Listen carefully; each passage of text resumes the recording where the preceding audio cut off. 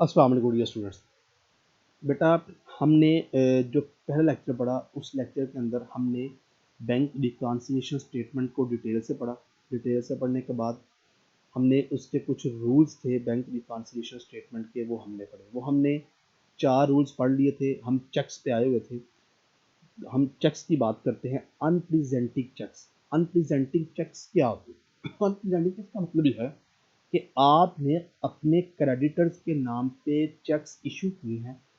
जब आपने check issue किए तो इनको आपने लिख लिया कैश बुक की क्रेडिट साइड पे। जितने भी इशूड चेक हैं वो कैश बुक की क्रेडिट साइड पे आते हैं। जब आपने वो क्रेडिट साइड पे लिख लिया, लिखने के बाद आपने क्या किया, आपने देखा कि हमारे जो क्रेडिटर्स हैं क्या वो चेक लेके बैंक के पास गए हैं कि नहीं गए। अगर तो आपके क्रेडिटर्स चेक लेके बैंक में जाएंगे, बैंक के सामने चेक प्रेजेंट करेंगे, तो हम ये कह सकते हैं कि चेक कैश हो गया।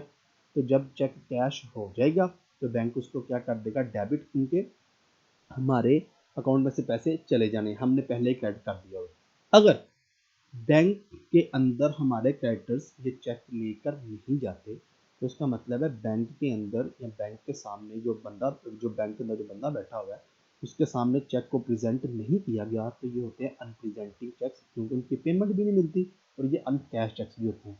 तो जब हमने क्रेडिट किया था तो हमारा बैलेंस कैश बुक का क्रेडिट साइड का ज़्यादा था। अब जब ये चेक कैश नहीं होंगे, अनकैश्ड होंगे, अनप्रेजेंटिंग होंगे, तो हमने कैश बुक और पासबुक का बैलेंस इक्वल करने के लिए अनप्रेजेंटिंग चेक्स को क्या कर देना है, डेबिट कर देना। ठीक हो गया। ये जो हमारा कॉलम है ये हमारा डेबिट का कॉलम है और ये जो कॉलम है ये हमारा क्रेडिट का कॉलम है। हमने इसको क्या कर दिया, डेबिट कर दिया।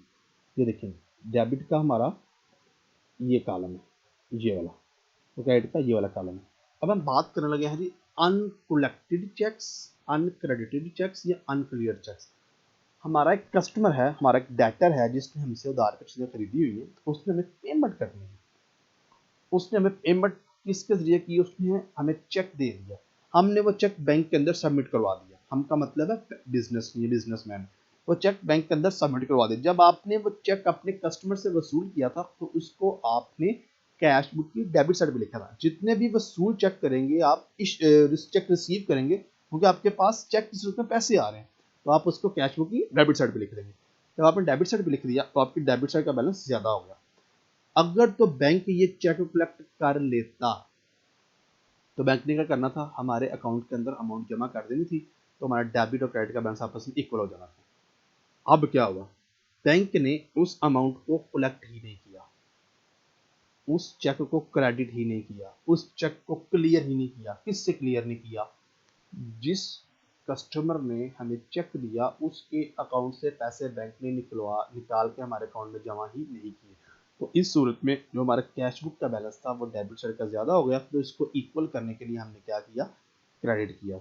अनप्रेजेंटिंग चेक्स हमेशा डेबिट होते हैं, अनकोलेक्टेड चेक्स हमेशा क्रेडिट होते हैं। अब हम बात करने लगे हैं चेक डिपॉजिटेड बट डिसऑनर। हमने बैंक के अंदर चेक डिपॉजिट करवाया। चेक डिपॉजिट करवाने का मतलब है हमारे कस्टमर की तरफ से हमें कुछ चेक मिला हुआ था, उस चेक को हमने बैंक के अंदर जमा करवा दिया। जब चेक मिला था तो हमने कैश बुक की डेबिट साइड पे लिखा था। अब जब उस चेक को बैंक के अंदर जमा करवाएंगे तो बैंक किसी वजह से उस चेक की पेमेंट नहीं करता, डिसऑनर कर देता है। तो बेटा जब हमने रिकॉर्ड किया था अपने पास कैश बुक में तुम्हारी डेबिट साइड ज्यादा थी, जब हमें पेमेंट नहीं मिलेगी, चेक डिसऑनर हो जाएगा, तो इसको हम डेबिट और क्रेडिट को इक्वल करने के लिए क्या कर देंगे, इसको क्रेडिट कर देंगे। तो जो चेक डिपॉजिट करवाते हैं वो चेक डिसऑनर हो जाए तो वो क्या होते हैं, क्रेडिट होते हैं। अब हम बात कर लेंगे चेक इशूड बट डिसऑनर। हमने चेक इशू किए, अपने क्रेडिटर्स के नाम पे इशू किए। जब क्रेडिटर्स के नाम पे हम चेक इशू करेंगे, मैंने ऊपर भी आपको बताया, जब चेक इशू करेंगे तो हम उसको कैश बुक की क्रेडिट साइड पे लिखेंगे। जब हमने क्रेडिट साइड पे लिख दिया इसका मतलब हमारे कैश बुक क्रेडिट साइड का बैलेंस ज्यादा हो गया और वो चेक किसी वजह से बैंक ने उस चेक्स की पेमेंट नहीं की। तो बेटा जब बैंक उनकी पेमेंट नहीं करेगा हमारे अकाउंट से पैसे कम नहीं होंगे। हम हमारा कैश बुक का बैलेंस क्रेडिट साइड का ज्यादा लिखा हुआ है, हम उसको इक्वल करने के लिए इसको क्या कर देंगे, डेबिट कर देंगे। हमने क्या पढ़ा जी, अनप्रेजेंटिंग चेक्स हमेशा डेबिट होंगे, अनकलेक्टेड चेक्स हमेशा क्रेडिट होंगे। जो चेक आप डिपॉजिट करवा देंगे वो डिसऑनर हो जाएंगे, वो हमेशा क्रेडिट होंगे। और जो चेक आपने इशू किए हैं वो डिसऑनर हो गए, वो हमेशा क्या हो जाएंगे, डेबिट। अब हम बात करेंगे cheque receive and enter in cash book but omitted to send to the bank. हमने चेक, ये देखेंगे, हमने चेक वसूल कर लिया, रिसीव कर लिया अपने कस्टमर से, करने के बाद उसको हमने अपने पास रख लिया, हमने अपने पास उसको रिकॉर्ड कर लिया, क्योंकि रिसीव किया तो उसको हम कैश बुक की डेबिट साइड पे रिकॉर्ड करेंगे। जब रिकॉर्ड कर लिया, रिकॉर्ड करने के बाद हम भूल गए, हमने बैंक में सेंड करना था कलेक्शन के लिए, हम भूल गए, तो इसका मतलब है ओमिटेड चेक्स हो जाएंगे। और जब आपने चेक को रिसीव करके अपने पास रिकॉर्ड किया था कैश बुक के अंदर, तो आपकी कैश बुक की डेबिट साइड ज्यादा हो गई थी। अब हम इसको इक्वल करने के लिए क्या कर देंगे, क्रेडिट कर देंगे। चलिए हम बेटा नेक्स्ट बात करते हैं, यहाँ तक आपको उम्मीद है समझ आ गई। अब हम नेक्स्ट बात करने लगे हैं जी इंटरेस्ट की। इंटरेस्ट तीन तरह का बेटा होते हैं।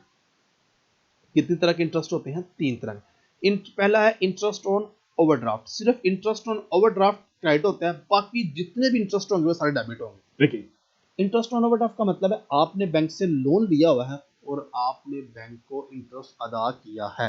जब आपने बैंक को इंटरेस्ट अदा किया तो आपने उसको क्या, जब आपने बैंक को इंटरेस्ट अदा कर दिया तो आपके बैंक में कमी हो जाएगी, बैंक उसको डेबिट कर देगा, आप उसको क्या कर देंगे, क्रेडिट कर देंगे। क्योंकि ये बैंक रिकॉन्सिलिएशन स्टेटमेंट जो होती है वो कस्टमर बना रहा होता है, तो जब आपने इंटरेस्ट को अदा किया तो आपके कैसे कहते हैं पैसों में कमी हुई, तो आपने उसको क्या कर दिया, क्रेडिट कर दिया।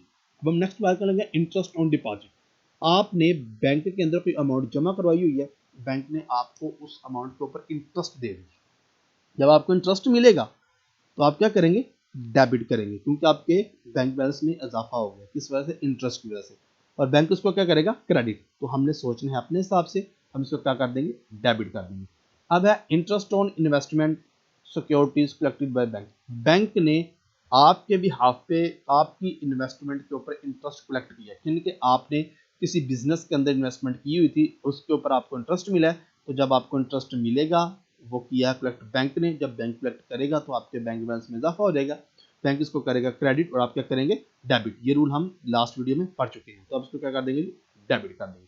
अब हम बात करेंगे कि रेवेन्यूज की। रेवेन्यूज क्या होते हैं, जो आपकी इनकम होती है। डिविडेंड ऑन शेयर्स, आपने किसी कंपनी के शेयर खरीदे हैं, आपको वहां से डिविडेंड मिला है, प्रॉफिट मिला है, इंश्योरेंस क्लेम आपको मिला है, and other revenue received by bank. यानी कि बैंक किसी भी तरह की अमाउंट वसूल करेगा रेवेन्यूज की शक्ल में, बैंक ने वसूल की है, जब बैंक वसूल करेगा तो आपके बैंक बैलेंस में इजाफा होगा, बैंक करेगा क्रेडिट, आप क्या कर देंगे, डेबिट। अब हम बात करेंगे जी एक्सपेंसेस की। आप किसी भी तरह का एक्सपेंस पे करें, ट्रेड सब्सक्रिप्शन करें, इंश्योरेंस प्रीमियम दें, कोई भी वेजेस दें, सैलरी दें, इंटरेस्ट दें, रेंट दें, कमीशन दें, किसी भी तरह का जो क्या कहते हैं एक्सपेंस आपके कहने पे आपका बैंक अदा करे, तो जब बैंक अदा करेगा तो बेटा बैंक बैलेंस में कमी हो जाएगी, बैंक उसको डेबिट करेगा, हम उसको क्या कर देंगे, क्रेडिट। मैं फिर कह रहा हूँ, ये स्टेटमेंट कस्टमर बना रहा होता है, हमने अपने पॉइंट ऑफ व्यू से सोचना होता है। तो इसलिए बैंक ने जब पे किया, आपके बैंक बैलेंस में कमी होगी, बैंक डेबिट को डिक्रीज समझता है, बैंक किया हुआ डेबिट आप क्या करेंगे, क्रेडिट, क्योंकि आप क्रेडिट को डिक्रीज समझते हैं। Next, bank charges, collection charges directly by bank. Bank किसी भी तरह के चार्जेस लेगा, कोई भी फीस लेगा, किसी भी तरह की रिडक्शन करेगा, वो भी आपका एक्सपेंस है, बैंक ने की है, तो बैंक इसको करेगा डेबिट, आप कर देंगे क्रेडिट। नेक्स्ट बेटा हम बात करने लगे हैं पासबुक एरर्स की। पासबुक एरर्स क्या है, wrong debit by bank in passbook. Bank ने गलती से रॉन्गली डेबिट किया हुआ है, यानी कि कोई अकाउंट था उसको करना था क्रेडिट, बैंक ने गलती से क्या कर दिया है, डेबिट। तो गलती को सही करने के लिए, अगर कोई चीज गलती से डेबिट की गई है उसको सही करने के लिए हम कर देंगे क्रेडिट, और अगर कोई चीज या कोई अमाउंट गलती से क्रेडिट की गई है उसको ठीक करने के लिए हम क्या करेंगे, डेबिट। क्योंकि डेबिट के अगेंस्ट क्रेडिट होता है, क्रेडिट के अगेंस्ट डेबिट होता है। अगर कोई गलती से चीज डेबिट है तो उसको जब तक हम क्रेडिट नहीं करेंगे वो चीज ठीक नहीं होगी, अगर कोई चीज गलती से क्रेडिट है जब तक हम उसको डेबिट नहीं करेंगे तो वो ठीक नहीं होगी। अब बात करते हैं कैश बुक एरर्स की। कैश बुक एरर्स बेटा क्या होते हैं, कैश बुक एरर्स का मतलब क्या है, debit side of cash book over stated, over added या over casted. Over casted, over added, over stated का मतलब क्या है कि कैश बुक की डेबिट साइड ज्यादा लिखी गई है। फॉर एग्जांपल, आप ये डेबिट साइड ये वाली, आपने डेबिट साइड पे 5,000 रुपये लिखना था, आपने गलती से 10,000 रुपये लिख दिया, तो 5,000 से ये साइड ज्यादा लिखी गई है, तो बेटा जितने से ज्यादा लिखी गई है उसको ठीक करने के लिए हम करेंगे उतनी अमाउंट से क्रेडिट। यानी कि 10 5,000 लिखना था, आपने गलती से 10,000 लिख दिया।